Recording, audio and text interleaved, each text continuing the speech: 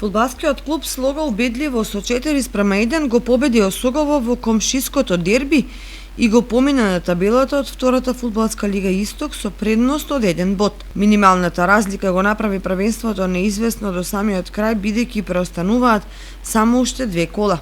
Сигурни на средината на табелата, двете екипи имаат единствен каков таков предизвик во тоа која ќе биде погоре, а која подолу на табелата. Ако пред дербито осоговци беа во предност, сега во таква поволна позиција се фудбалерите на Слога.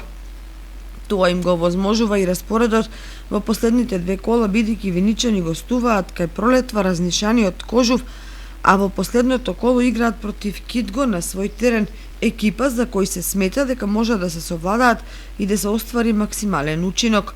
Меѓутоа, без оглед на конечниот исход околу пласманот во тековното првенство, двете екипи го остварија планираното опстанок во второлигашката конкуренција. Тоа значи дека доколку на есен се промени ситуацијата околу ковид кризата и се дозволи публика на стадионите, кочанци и виничани во новата фудбалска сезона ќе може да гледат второлигашки фудбал.